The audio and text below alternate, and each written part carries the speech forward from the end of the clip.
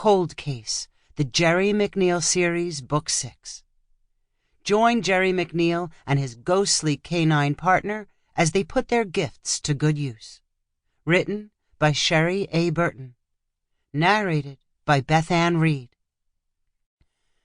Chapter 1. Ever since discovering the location of Ashley's body, Jerry had the itch to move on. The problem was he wasn't sure where he was supposed to go. That Gunter seemed angry with him and hadn't shown himself in several hours didn't help Jerry's unease. To combat his nerves, Jerry had spent the better part of the afternoon cleaning the camper, washing the bedding, and putting everything back the way it had been before his arrival. He'd just finished making the bed when he heard the click of Gunter's nails, letting him know the dog had returned.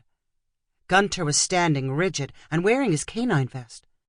Though the vest let Jerry know the dog meant business, he breathed a relieved sigh. He'd made an offhanded comment a bit earlier about not being a dog person, which the K-9 had taken exception to and promptly disappeared. Though Jerry knew Gunter would be able to find him, he also knew the dog had taken a liking to Max. Furthermore, it bugged him that for someone who didn't profess to be a dog person, he sure spent a lot of time worrying that his ghostly partner might declare his loyalty to someone else. Jerry smiled. "I'm glad to see you." Gunter wagged his tail and dropped a yellowed newspaper at his feet. Jerry unrolled the paper and read the headline. Search called off for missing Virginia tourist whose disappearance remains a mystery.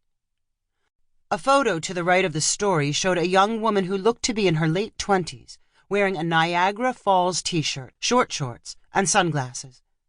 Though the photo was not the best, it looked as if the woman in the picture had red hair. Jerry squinted at the photo, wondering if she also had green eyes. Jerry glanced at Gunter. "You wouldn't be bringing me this if they weren't connected." Gunter answered with a single bark.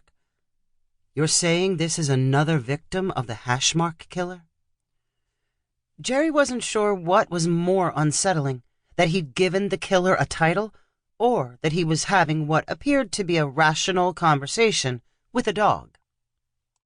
Gunter barked for a second time. Jerry skimmed the story, which told how Rita Wadsworth and her boyfriend, Stephen Phelps, were vacationing from Chesapeake, Virginia on June 3, 2017, when the woman went missing. The piece stated Phelps had a solid alibi and was cleared of any wrongdoing. Jerry placed the paper on the table where he could see it. Sample complete. Ready to continue?